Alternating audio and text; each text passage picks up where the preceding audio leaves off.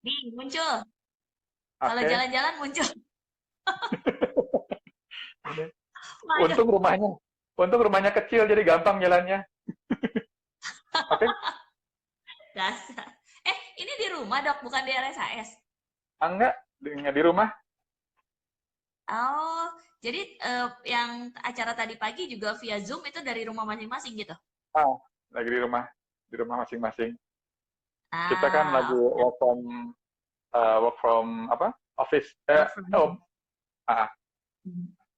Oke, sahabat Yuniati, kenapa kita pilih hari ini tentang preeklamsi? Karena hari ini adalah World Preeclampsia Day, betul ya, Dok ya? ya, betul. Ya, bukan bermaksud untuk menakut-nakuti, tapi ini salah satu yang ditakutin yang paling berbahaya, Dok, buat ibu hamil atau ada yang lebih berbahaya lagi? Ya, kalau sebelum era wabah sih ini yang paling berbahaya ya. Makanya hampir Kamera semua apa? pasien sebelum era wabah sih ini yang paling berbahaya. Mhm. Cuman hampir semua pasien saya screening untuk preeklamsi karena di laporan atau di rumah sakit kami itu nomor satu tuh menyebabkan Nah, kematian ibu hamil. ya. Jadi sebetulnya ini tuh oke, kita langsung mulai aja ya, Dok ya. Banyak Ya, pertanyaan sih yang masuk, cuman boleh dijelasin dulu nggak sih gitu yang disebut dengan preeklamsi itu apa gitu. Mungkin yang selama ini hamilnya nggak ada kendala, atau mungkin yang masih bulannya masih kecil, atau mungkin orang yang masih promil juga belum hamil gitu. Kelihatannya kan harus tahu preeklamsi itu apa, gejalanya kayak gimana, ciri-cirinya. Nah, kayak gitu-gitu deh, Dok. Boleh dijelasin dulu. ya. Eh, Preeklamsi itu gejala sebelum kejang. Jadi dulu ibu hamil kan kita kadang-kadang kejang, terus dulu bilangnya kalau ibu hamil kejang tuh berarti kemasukan setan lah, hantu lah. Dan ini Hmm. tadi juga saya bicara dengan Prof. Yopi, ternyata dulu ibu kita Kartini juga, ibu pahlawan kita itu preeklamsi meninggalnya. Jadi dulu Oh, Ibu Kartini itu kejang, terus meninggal ketika melahirkan hmm, anaknya. hmm, Nah, jadi hmm. kita sebut pre itu akan, eklamsi itu kejang. Nah, kalau sudah kejang, Oh, nah itu tadi hampir kesempatannya 50-50 lah. Apakah hmm, baik, hmm. ibu itu baik atau dengan misalnya dengan stroke, dengan apa yang itu apa efek yang nggak nyamannya setelah kejang. Jadi Hmm. itu Ya. preeklamsi biasanya kita deteksi di akhir kehamilan. Biasanya tandanya ibunya bengkak, terus tensinya tinggi, di atas 140/90 biasanya, terus Hmm. pipisnya terganggu. Apakah itu ada protein urin atau sampai nggak bisa pipis? Oh, oke. Ya, nah itu. Tapi nggak nakut-nakutin. Di Limiati sih saya jarang banget, karena hampir kalau misalnya ada faktor risiko, kita kasih obat-obatan atau suplemen untuk mencegah preeklamsi tersebut gitu. Hmm. Oke. Dok, kalau misalnya bengkak ya, Dok ya, itu kan kayaknya hampir semua ibu hamil tuh mengalami bengkak. Jadi kemarin juga sempat kita ada sesi dengan Dokter Objin juga, mereka nanya Ini apakah Daria kalau bengkak bengkak, ya. kenapa? Daria bengkak dulu waktu hamil bengkak kan. Bengkak. Nah itu tuh. Eh, eh, tapi berarti tidak semua bengkak itu preeklamsi kan? Nggak semua bengkak preeklamsi. Jadi bengkak yang preeklamsi itu biasanya seluruh badan. Jadi dari mulai kaki Oh, misalnya muncul, terus eh, tangan semua, jari juga kelihatan seperti jempol semua, hmm. terus hidung semua, pokoknya bengkak semua. Nah itu kita curiga preeklamsi. Oh, oke. Kalau kalau masalah apa sakit kepala kayak gitu atau mata kayak kayak suka penglihatan jadi buram itu dari preeklamsi juga atau bukan, Dok? Iya, itu udah preeklamsi yang dengan pemberat. Jadi udah preeklamsi mau mau kejang. Kita bahasa medisnya Oh. impending eklamsi. Jadi mau banget kejang, biasanya ibunya nyeri ulu hati, nyeri tengkuk, mual muntah, terus matanya penglihatannya jadi blur. Nah, itu udah preeklamsi tapi udah mau kejang banget. Nah, jadi nggak heran Oh, kalau misalnya ibu-ibu hamil dengan kondisi seperti itu, kita nggak nunggu hari, tapi langsung kita lahirkan. Karena pengobatan preeklamsi itu cuman yang paling akurat itu cuman melahirkan. Jadi preeklamsi sembuh kalau melahirkan. Kalau nggak melahirkan nggak akan sembuh. oke. Penyebabnya karena apa tuh, Dok? Preeklamsi penyebabnya ya karena hamil. Si dokter mah ngejawabnya karena Iya, hamil. Nah, karena soalnya hamil nasib. maksudnya, jadi kalau Nasib. nggak hamil nggak preeklamsi gitu kan ya? Kalau nggak hamil nggak preeklamsi dan nggak akan ketemu saya juga.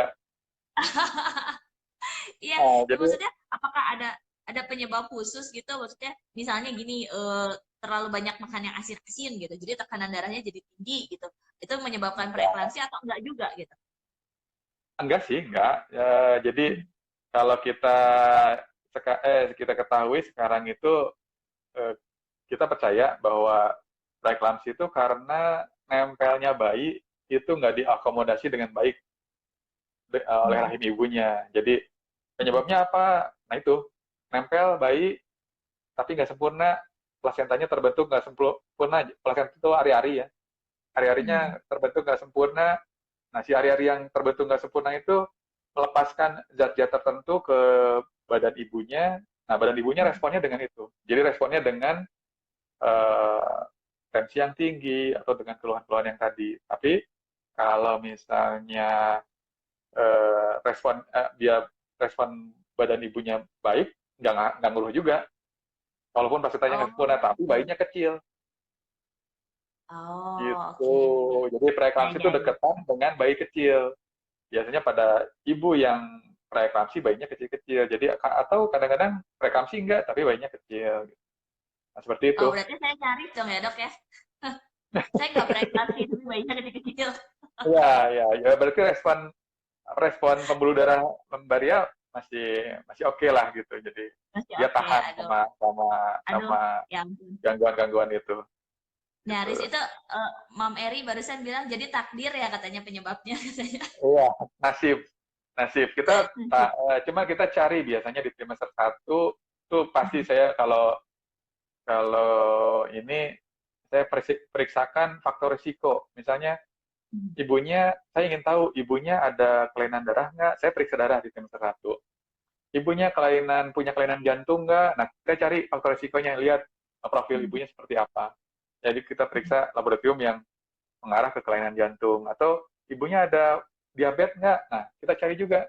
Makanya nggak heran kalau misalnya ada dokter kandungan yang mencontreng di laboratorium itu pemeriksaan gula darah, untuk periksa gula darahnya. Karena kalau ada penyakit-penyakit itu yang berhubungan dengan darah dan pembuluh darah, kemungkinan preeklamsi lebih tinggi. Jadi Oh, seperti oke. itu. Jadi kan Oke. kadang-kadang ibu, dok saya nggak darah tinggi kok, kenapa dokter periksa ini gitu? Atau saya kok nggak punya diabetes, kok kenapa dokter ini? Atau saya nggak punya tiroid, kenapa dokter ini? Nah itu untuk mencari faktor risiko. Karena kadang-kadang faktor risiko itu muncul saat hamil. Nah, Dok, ini ada yang nanya nih kebetulan berhubungan dengan yang tadi barusan dokter ngomong. Kelainan darah itu maksudnya gimana katanya gitu? Yang mudah dicari itu ada, kalau kelainan darah itu kelainan darahnya dan kelainan pembuluh darahnya. Kalau kelainan darahnya itu bisa karena misalnya anemi atau talasemi atau yang lain, misalnya ada leukemia dan yang lain-lain. Atau misalnya ada gangguan autoimun juga kelainan darah di situ ya, kelainan lupus dan yang lain-lain. Atau pembuluh darahnya kelainan jantung. Ya, kelainan yang lain juga kita cari faktor resikonya. Kalau ketahuan di trimester awal, kita akan perhatikan, kita kasih beri suplemen yang tepat. Gitu. Oke, kalau kayak gitu. Ternyata complicated juga ya hubungannya. Ada yang ke autoimun, ada kelainan darah, ada yang kelainan Oh, pembuluh darahnya gitu ya, kemana-mana gitu ya, Dok ya. ya. Ya, itu Oke, temenan Dok. semuanya. Kenapa, Dok? Ya, itu temenan semuanya. Teman temenan semuanya. Aduh, Temenan semuanya. saya jadi ingat zaman dulu. Zaman saya masih berteman sama itu juga. Nah, eh, nah, Dok, kalau misalnya untuk apa sebenarnya bisa diantisipasi nggak? Apa diantisipasinya dengan yang tadi gitu, periksa faktor-faktor resikonya gitu. Apakah dengan kayak gitu, misalnya ada nggak dokter pernah nemu kasus nggak sih gitu? Begitu dicek semuanya baik-baik aja, tapi ternyata di akhir masa kelahir apa masa masa kehamilannya tetap kena preeklamsi, padahal si faktor-faktor yang tadi disebut itu nggak ada semua gitu. Loh, iyalah, sering kita temukan seperti itu. Jadi di trimester 1 kita periksa event itu sampai ke S-FLIT-1 atau pemeriksaan laboratorium yang canggih gitu. Tapi di akhir kehamilan itu muncul preeklamsi karena siapa tahu di tengah kehamilan di trimester 2 atau dekat-dekat mau lahiran dia infeksi. Misalnya tiba-tiba diare, misalnya Oke. tiba-tiba demam, atau misalnya tiba-tiba kegoreng tangannya. Jadi Hah? misalnya kulitnya kegoreng karena mau lebaran kan misalnya goreng ikut kegoreng tangannya. Nah itu Goreng juga ranginang gitu bisa. ya. Nah itu juga bisa menimbulkan gejala preeklamsi. Jadi segala Oh, sesuatu yang merusak badan ibu itu bisa bisa muncul, memicu. memicu preeklamsi. Oke. Nah, pertanyaan berikutnya yang paling banyak masuk ke kita adalah eh, kalau saya anak kesatunya preeklamsi, anak keduanya preeklamsi lagi enggak? Atau ada kemungkinan ke sana atau enggak? Atau misalnya satu dua anaknya preeklamsi, anak ketiganya gimana gitu. Nah, itu apakah kalau udah dia kena preeklamsi bakal kena terus atau random atau gimana? Ya kalau misalnya kemungkinan ya tetap ada, kemungkinan tetap ada, apalagi kalau misalnya penyakitnya itu masih ada. Kalau misalnya Oke. ibunya punya diabetes, ya diabetes, anak kedua dapat, anak ketiga ya kemungkinan dapat lagi. Kalau misalnya ibunya punya punya penyakit penyakit ininya lah penyakit penyertanya. Tapi kalau misalnya preeklamsinya karena dia kembar, bayinya kembar, kembar dua, kembar tiga, kemudian anak keduanya atau anak ketiganya nggak kembar, cuma satu. Nah itu nggak, biasanya nggak. Jadi tergantung Oh, penyebab preeklamsinya tuh apa. Gitu. Atau oh, anak pertama kegoreng ranginang. Anak kedua kan nggak kegoreng ranginang lagi kali, jadi nggak nggak seharus oke. nggak seperti itu. Nah, Oh, jadi kalau misalnya hamilnya kembar, resiko preeklamsinya akan lebih besar. iya, kalau misalnya hamilnya kembar atau misalnya ibu-ibu di sini ada yang ikut bayi tabung misalnya itu kemungkinannya lebih tinggi dibandingkan hamil satu atau hamil alami. Oh, oke. Nah, ada yang nanya lagi nih, Dok. Kalau hamil pertama tidak preeklamsi, hamil kedua bisa terjadi preeklamsi. Bisa terjadi preeklamsi. Jadi gini, hamil pertama masih muda nih kayak Mbak Ria ya, umur 18 tahun ya kan sekarang ya. Hamil biasanya 20 tahun. Nah, itu resiko preeklamsinya rendah. Tapi anak kedua nanti Mbak Ria misalnya hamil umur 35 tahun. Nah, itu menambah resiko preeklamsi. Kenapa? Dia umur di atas 35 tahun, kemungkinan penyakit-penyakit yang tadinya nggak kelihatan itu muncul. Ah, iya, iya, iya. Itu jadi ya nggak selalu seperti itu, cuman kita kalau anak pertama nggak preeklamsi, biasanya anak kedua nggak preeklamsi kalau jaraknya deketan. Tapi kalau jaraknya jauh atau beda pasangan, misalnya anak pertama Beda dengan suami, pasangan sekarang ya? iya, ya. Jadi Ah, yang pertama misalnya sama suami A, yang kedua sama mm, suami B, nah itu juga bisa bisa atau beresiko untuk terjadinya preeklamsi. Oke, kalau gitu berarti diusahakan tidak ganti pasangan gitu ya, Dok ya? Iya, sampai anak kedua. Sampai anak kedua. Berarti terserah itu. Kalau mau dilanjut terserah. Oke, Dok, angkanya sendiri sebetulnya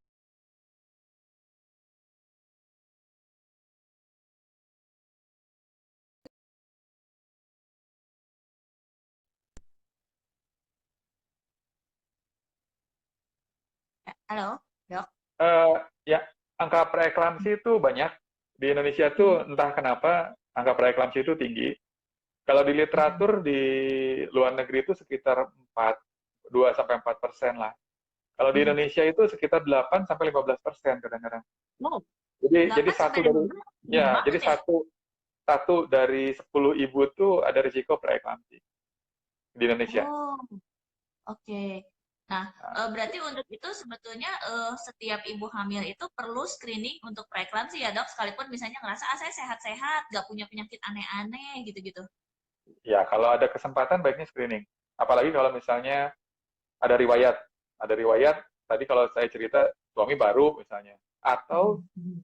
anak pertama tapi dulu dia dilahirkan sama ibunya preeklamsi ibunya. Nah, itu juga sama. Atau Ibunya adiknya, yang kakaknya. preeklamsi. Jadi ibunya preeklamsi. Nah, anaknya juga Oh, kalau hamil ada resiko preeklamsi juga. oh gitu. Itu jadi preeklamsi ini kalau di Indonesia banyak banget. Mhm. Oke, oke. Nah, boleh cerita nggak dok pengalaman pengalaman menghandle pasien preeklamsi yang paling paling dokter inget itu yang mana gitu? Nah, ada sih ada. Saya rasa Jadi banyak soalnya. cuman ada.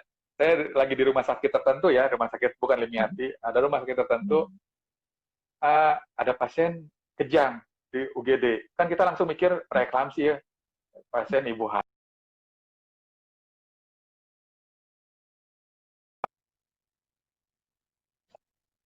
Pas kita mau infus, itu bapaknya sambil keliling-keliling bawa bunga, bawa air, terus ngelilingin ibunya, suaminya. Jadi ini musir musir setan, musir setan. Waduh, itu kita nggak tahu mau ngomong apa gitu. Cuman ya kita hargai juga. Jadi ya kita cuma nyengir-nyengir kuda sambil masukin obat-obatan yang lainnya. Itu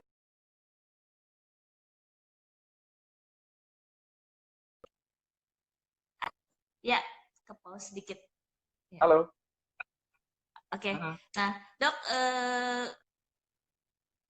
tadi kan kalau yang saya tahu abis ada sharing juga dengan dokter-dokter di RSAS ya dok. Boleh sharing Ya, sedikit juga nggak sih gitu? Itu tentang apa gitu? Karena kalau kalau yang ada beberapa sahabat Limiati mungkin yang nggak sempat lihat sharingnya. Nah, tadi itu bahas tentang apa dok? Waktu di mm. RSAS itu pemeriksaan laboratorium gitu untuk mengecek preeklamsi atau gimana? Ya, tadi itu kita berbicara untuk sebetulnya itu pertemuan untuk awam ya, tapi yang mengisi itu Mhm, guru-guru saya tuh, Prof. mhm, Yopi, Dr. Mol, Dr. Alam itu teman saya. mhm, Kita bahas preeklamsi, apa itu preeklamsi, kemudian mhm, kita bahas juga pemeriksaan laboratorium apa yang kita gunakan mhm, untuk memprediksi preeklamsi. Tadi mhm, dibahas dengan laboratorium bahwa mhm, ada pemeriksaan baru sekarang, mhm, PLGF dengan S-FLIT1 rasionya. Nah, mhm, itu biasanya kita gunakan untuk pasien dengan risiko tinggi. Tadi, udah ketahuan diabetes, udah ketahuan dia anak pertama preeklamsi, kita mhm, periksa itu. Nah, itu sudah ada mhm, di Bandung. Dan saya yakin mhm, di Limiati juga sudah ada kan ya, Mbak Dia. mhm, Kemudian kita bahas juga kalsium, karena selama ini ibu hamil tuh takut minum susu. Nah, kita mhm. anjurkan ibu hamil tuh minum susu Takut dibandingkan gendut dok, makan obat. Ah, yang takut yang gendut, bikin yang bikin gendut tuh bukan susunya, gulanya. Jadi gulanya, kalau iya iya. Iya. kalau kalau kalau Mhm, susunya nggak pakai gula atau susu murni gitu, nggak mhm. ngaruh juga kali, nggak bikin gendut juga. Ah, I Kecuali kalau see. kalau susunya pakai dalgona, pakai Milo, pakai es krim, pakai krim, terus apalagi susunya dari si boba, nggak boleh merek juga ya, nggak boleh ini merek. Dok kan Dari si sebut boba mereknya banyak banget, tadi udah kehabisan. Gitu. ya itu ya bikin gendut juga kalau susunya dari yang kayak gitu-gitu sih. Tapi kalau susu murni Ah, atau susu yang nggak ada yang rasanya plain nggak masalah dengan itu. oh, oke. Memang ada hubungan tertentu dengan kalsium dan preeklamsi? Iya, asupan kalsium 1 sampai 2 gram itu mencegah preeklamsi katanya. Jadi selain Oh, obat-obatan juga kalsium juga mencegah preeklamsi. mhm. Oke, oke. Tapi untuk kalsium sendiri kan sebetulnya kita suka kayak dikasih obat kalsium yang harus diminum gitu, itu bisa juga ya dok ya, buat bantu Nah, bisa juga suatu. ya kalau Hmm. soalnya beberapa ibu itu nggak bisa minum susu, alergi Mm-mm, muak misalnya ya gitu. kita kasih kalsium yang asupan CDR atau apa gitu. Merek lagi ya, Mbak. Oke.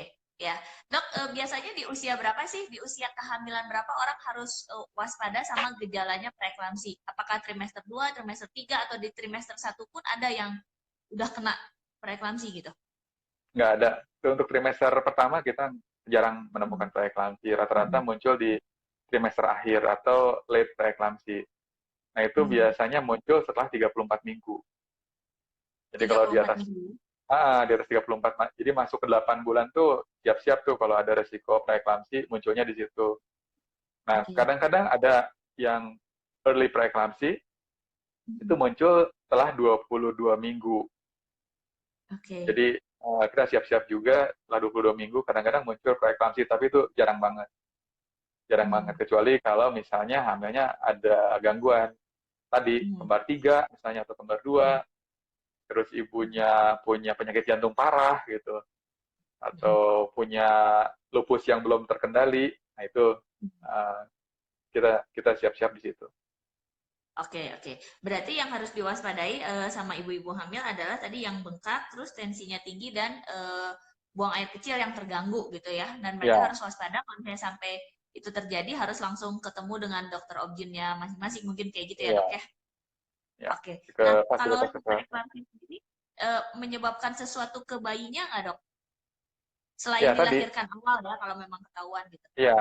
Jadi kalau kita ketahuan misalnya 34 minggu ya Hmm. preeklamsi, nah kita biasanya dilahirkan segera, jadi nggak Hmm. menunggu sampai 37 atau 40 minggu. Jadi kalau Hmm. ketemu preeklamsi, suggest-nya sih paling nunggu 2-3 hari untuk pematangan paru bayi, terus kita Hmm. lahirkan. Jadi Hmm. itu salah satu pilihan, Hmm. salah satu pilihan.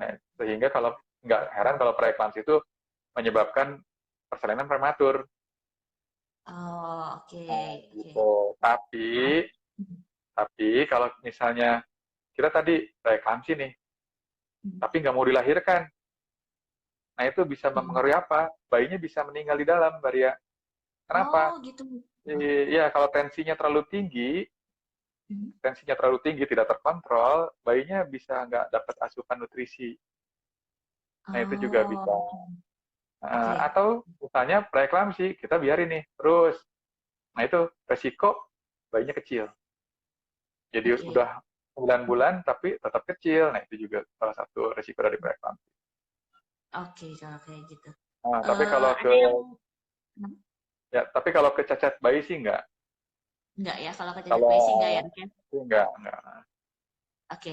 Ya, ada yang masih mau bertanya rata-rata soalnya bertanyanya kalau misalnya anak ke satu preeklamsi bisa nggak katanya.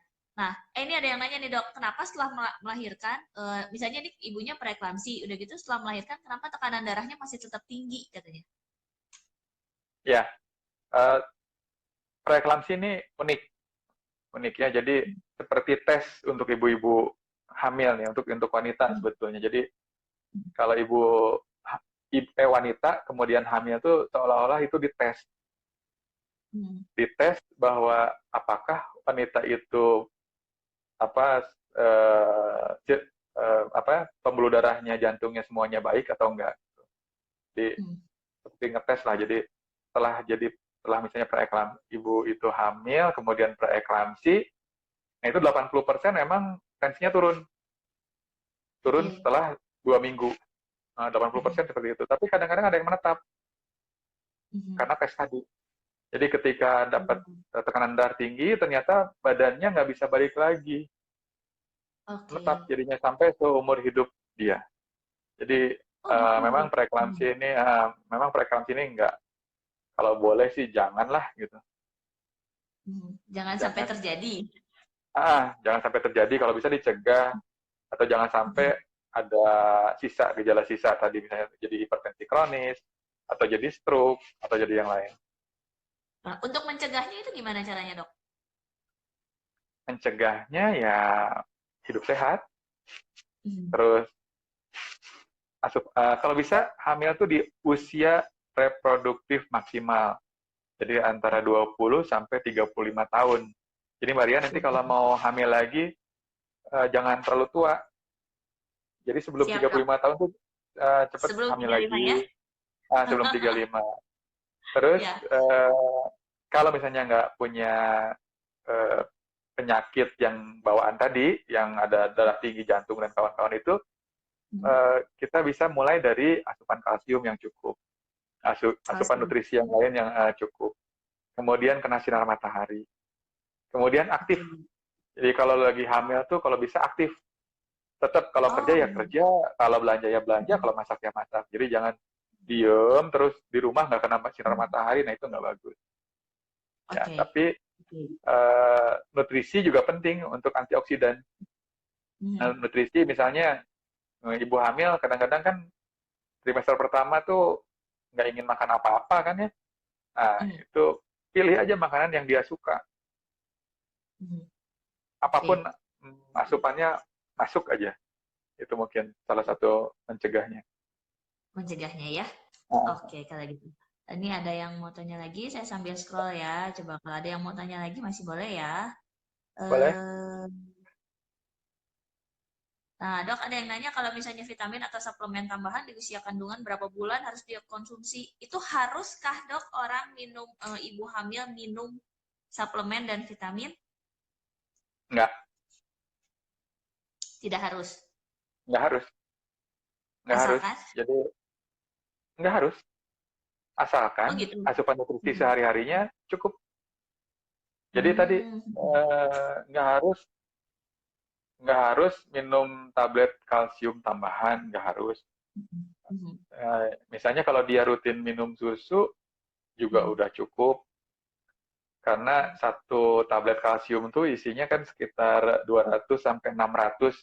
Itu kurang lebih cuma 1 sampai 2 gelas susu. Jadi sebetulnya kalau dia rutin minum susu juga udah cukup. Terus Udah atau cukup. makanannya bervariasi tiap hari. Jadi cuman Hmm. apa nggak terlalu apa makannya nasi dengan mutih aja, jadi nasi dengan, nah itu juga sebaiknya asupan makannya bervariasi. Kadang nggak masuk Maria, dok yang mual. Ya, Maria, ya break. pergi dulu sebentar, nggak apa-apa, Ya, oke, 10 boleh, menit. boleh. Ya, Ah, silakan. ya, Oke, sahabat Lemiati, kita break dulu sebentar ya, karena Dokter Ahmad Yogi perlu sholat dulu. Nah, untuk sementara kalau masih ada yang mau nanya-nanya, masih saya tunggu ya, boleh ya? Oke, ada yang nanya, kehamilan pertama, eklamsi, 3 hari setelah sesat, kejang, 2 tahun yang lalu. Kedua, apa yang harus dilakukan? Mungkin ini yang tadi ya, beberapa yang Dokter Ahmad Yogi sudah jawab juga. Kita mencegahnya bisa dengan makan makanan yang sehat. Terus udah gitu, kalau misalnya memang ternyata ketika usia kehamilannya itu 20 sampai 35 tahun, sudah di atas itu, berarti kemungkinan besar resikonya akan lebih tinggi gitu. Akan lebih baik kalau kita bisa screening seperti yang tadi Dokter Ahmad Yogi sampaikan. Mungkin screening di trimester 1 untuk apa-apanya, screeningnya bisa ditanyakan ke dokter gini masing-masing ya. Kira-kira apa yang perlu. Dan waspada sama gejalanya. Kalau bengkak sebadan badan, terus tensinya tinggi, atau pipisnya terganggu, nah itu udah mulai harus waspada. Nanti kita akan, abis ini kita akan tanya sama Dokter Ahmad Yogi soal protein urin ya. Tadi ada yang nanya juga, saya juga belum ketanya ini, protein urin. Oke, preeklamsi. Eh, Oke, preeklamsi ini ada yang nanya diwarisin atau enggak katanya. Kemungkinan untuk yang tadi anak perempuan ya, kalau anaknya perempuan kemungkinan besar diwariskan ya. Kalau untuk laki-laki nanti kita coba tanya juga. Tapi yang pasti laki-lakinya juga berpengaruh terhadap preeklamsi tadi. Karena tadi Dokter Ahmad Yogi sempat sampaikan kalau misalnya ganti pasangan, kemungkinan besar juga bisa kondisinya berbeda antara kehamilan ke-1 dan kehamilan kedua misalnya. Kalau kita berganti pasangan. Oke. Saya akan rekap dulu untuk yang pertanyaan-pertanyaannya sambil nunggu Dokter Ahmad Yoginya ya. Oke, kalau ada yang mau nanya yang lain, boleh ditulis di komen juga. Nanti saya bisa bantu. Kalau yang bisa bantu jawab, akan saya bantu jawab ya. Hmm.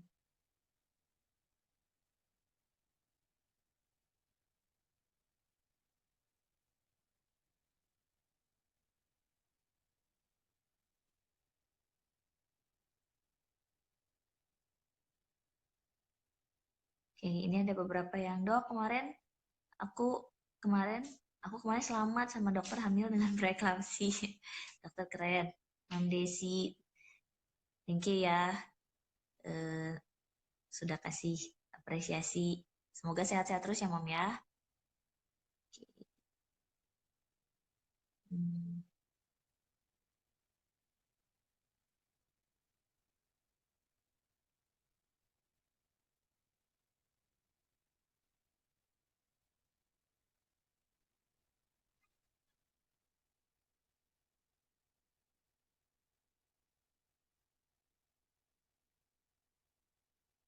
Nah, ini ada yang nanya juga, saya dulu preeklamsi dan BBLSR. Bayinya, berat bayinya lahir sangat rendah. Dan prematur bayi karena hipertiroid pas hamil di anak kedua. Pas udah lahir tiroidnya normal. Kalau saya hamil anak ketiga, kemungkinan terjadi lagi nggak dok? Kalau menurut penjelasan dokter Ahmad Yogi tadi, ada kemungkinan seperti itu, kecuali ganti pasangan tadi ya. Tapi kalau misalnya masih sama, berarti harus ngecek juga, harus tetap waspada karena bisa bisa terjadi lagi dan terjadi lagi gitu. Hmm. Hamil gantung itu apa ya, ya Mom ya?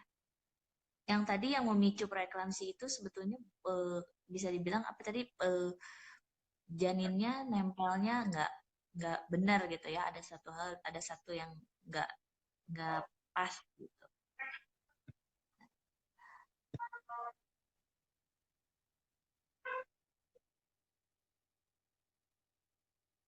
Nah, ini ada yang nanya hamil 36 minggu diresepin vitamin oleh dokternya, tapi setiap bulan itu suka langsung mual muntah.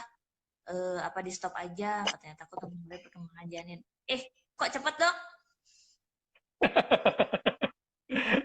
Break dulu sebentar. Oh, breakdown sudah. Dok, Ah, ini ada yang nanya lagi nih. Tadi kan kita sempat bahas soal yang preeklamsi itu bisa menurun kalau ibunya dulu preeklamsi, maka anak perempuannya bisa preeklamsi. Nah, kalau anaknya ya. laki-laki, apakah itu hereditary ke anak laki-laki juga atau enggak? Atau lebih ke hanya ke anak perempuan? Jadi bukan penyakit preeklamsi ini sebetulnya bukan turunan. Kalaupun Hmm. disebut turunan itu biasanya dari ayah. Jadi misalnya Oh, dari gini, ayah? dari Oh. ayah ya. Kalau dari ibu Hmm. biasanya penyakit yang lain. Jadi misalnya kalau ibunya diabetes terus preeklamsi ya, ibunya dulunya dia preeklamsi karena diabetes. Nah, Hmm. anaknya juga kemungkinan besar kalau misalnya dapat diabetes lagi Diabetesnya ya, gitu. diabetesnya itu yang turun. Tapi kalau preeklamsinya sendiri itu fat dari dari father, jadi dari bapaknya.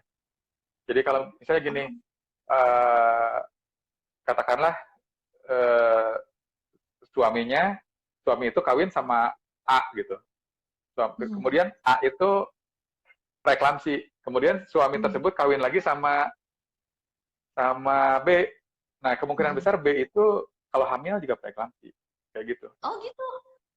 Iya. Oke, lucu juga ya. Maksudnya Iya. yang penyebabnya adalah laki-lakinya, tapi itu juga maksudnya faktornya juga dari perempuan ya kan, kalau perempuannya Ya, punya kelainan dan uh, segala macam. Oh, oke. ya, ya. Jadi memang Ya, berarti memang sangat unik. Uh, berarti balik lagi memang takdir ya, Dok. ya nasib aja berarti. Jadi Takdir. nanti Oke. kalau misalnya ketahuan suami Mbak Ria punya pasangan lagi, tanyain preeklamsi nggak atau UGR nggak, bayinya kecil atau enggak, Waduh, gawat. supaya bukti. Dok, Ya, Dok, tadi ya, ada yang nanya soal preeklamsi dengan protein urin. Nah, boleh tolong jelasin sedikit nggak sih ya, dok protein urin? Mungkin ini juga yang tadi hubungannya dengan pipisnya terganggu itu ya, apakah hubungannya ke situ? ya. Jadi kalau pada preeklamsi tadi udah diterangin sekilas ya bahwa itu ada zat-zat tertentu yang masuk ke sirkulasi ibu, ke sirkulasi darah ibu, Hmm. dan uh, organ yang paling rentan yang pertama kali terganggu itu selain pembuluh darah itu ginjal.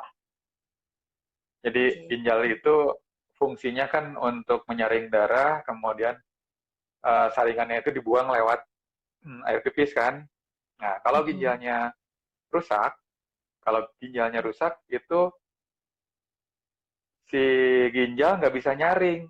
Jadi kadang-kadang protein juga kebuang. Nah, pada Mm-mm. preeklamsi ini terjadi seperti itu. Jadi ginjalnya rusak sehingga dia membuang zat-zat yang diperlukan. Nah, sedangkan protein ini perlu supaya kadar kadar darahnya itu baik. Jadi kalau misalnya nggak ada protein atau proteinnya kurang, apa yang terjadi? Kita jadi bengkak, seperti sakit ginjal. Jadi ibu-ibu hamil yang sudah protein urinnya positif, biasanya jadi bengkak. Nah, itu alasan kenapa ibu preeklamsi itu bengkak. Karena sudah zat yang diperlukan oleh tubuhnya itu dibuang oleh ginjal karena kerusakan, jadi bocor ginjalnya. Itu seperti itu. Okay. Nah, kalau misalnya tekanan darahnya tinggi, tapi protein urinnya negatif, itu termasuk kategori preeklamsi atau bukan? Kita bagi, ada 4 kriteria hipertensi dalam kehamilan itu. Nah, yang pertama, hipertensi kronis. Kalau itu sih hipertensi adanya sebelum hamil. Jadi sebelum hamil juga ada hipertensi, nah kita sebutnya hipertensi kronis. Ada yang disebut dengan hipertensi gestasional. Dia muncul saat hamil setelah 22 minggu, setelah 20 minggu. Tapi protein urinnya negatif. Jadi si gejala tadi cuma ngerusak pembuluh darah doang, belum nyampe ginjal atau belum sampai ke ginjal. Itu hipertensi gestasional dan hilang setelah melahirkan. Nah, yang ketiga adalah preeklamsi dan eklamsi. Itu yang gejala khas bengkak, protein urin, tensinya tinggi. Nah, sampai kejang. Yang keempat itu superimpose preeklamsi. Jadi tadinya hipertensi kronis punya, tapi karena hamil dia juga jadi punya preeklamsi, itu double. Nah, itu yang biasanya terjadi pada ibu-ibu yang hamil dengan usia yang tadi di atas 35 tahun. Di atas 35 tahun. Oke, gitu. Jadi tetap kalau yang namanya hipertensi jadi bahan pertimbangan lah untuk hati-hati. Oke, Dok, ini ada yang nanya juga, saya sedang hamil riwayat PMB. Cuman karena kondisinya seperti ini katanya, jadi cuman bisa ke bidan. Apakah harus ke dokter SPOG juga atau enggak? Mungkin kondisi sekarang itu kan mempengaruhi ya, Dok, orang maju mundur untuk datang ke rumah sakit gitu.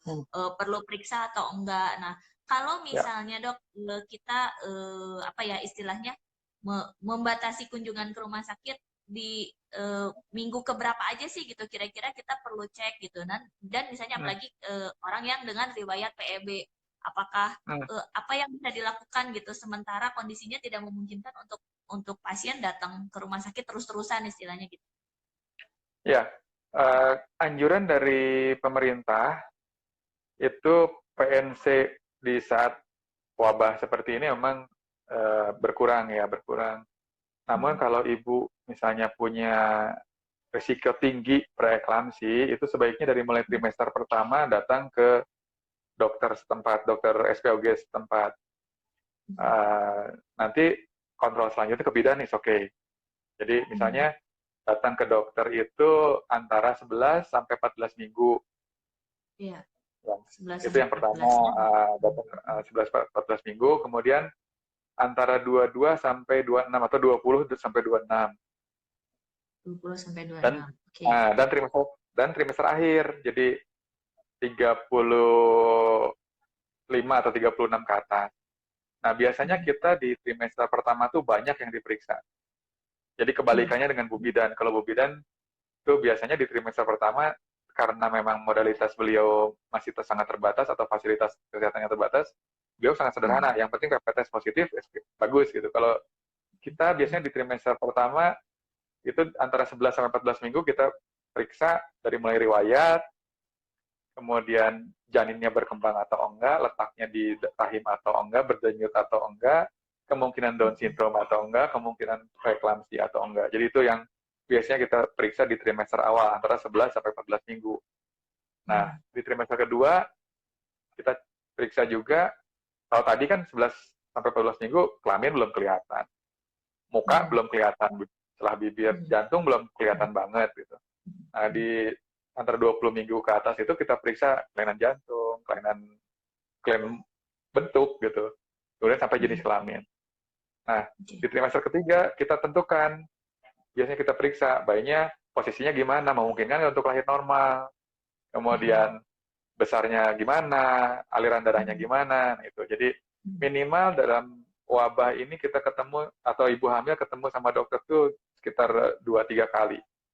Selain itu silahkan ke ibu bidan karena untuk pemeriksaan penambahan berat badan, tinggi badan, berat badan, kemudian tingkat perut, denyut jantung janin itu saya yakin di fasilitas kesehatan tingkat pertama atau ibu bidan pun sudah kompeten untuk itu. Oke, ya, oke kalau gitu coba kita cari lagi. Banyak yang sapa-sapa. Hai, Yuyu.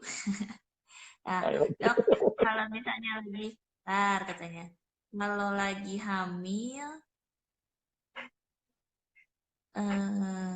ini hamil bengkak-bengkak tadi udah dijelasin ya, tidak semua bengkak itu preeklamsi, ada beberapa pendukungnya yang lain. Nanti bisa kalau yang udah kelewat bisa cek IG live-nya dari depan di save juga ya. Kalau yang udah terlanjur 15 minggu belum ke dokter, katanya langsung periksa apa nanti nunggu 22, Dok? Kalau udah terlanjur sih, misalnya karena kemarin kan memang kita ketemu sama puncak wabah ya, sebetulnya minggu-minggu ini puncak wabah kan. Misalnya ini untuk menghindari wabah sih sekarang sebaiknya tunggu sampai 22 minggu ke atas deh. Jadi jangan maksain, karena di antara 15 sampai 20 minggu itu informasi yang kita gali itu sangat terbatas. Minim juga gitu. Ya gitu. Jadi minim juga ya. Jadi gitu ya. untuk kecuali kalau ibu misalnya ada penyakit sebelumnya, misalnya ibu hamil tapi udah punya darah tinggi, nah mendingan sekarang ke dokter. Tapi kalau misalnya normal aja, tunda deh gitu. Sampai wabah ini beres atau 22 minggu ke atas lah, oke. Oke. Ini belum tahu nih dok beresnya sampai kapan wabahnya. Jadi besok ibu-ibu masih galau. Besok habis lebaran? Jangan-jangan habis lebaran membludak ini dok, bukannya beres. Kawan. Oke, sahabat Lemiati kelihatannya hampir semua pertanyaan kita sudah jawab. Kalau misalnya yang konsultasi case by case udah nanyanya soal saya hamil begini minggu ada ini, nah itu udah konsultasinya lebih spesifik ya gitu. Mungkin nanti bisa DM ke Dr. Ahmad Yogi atau bisa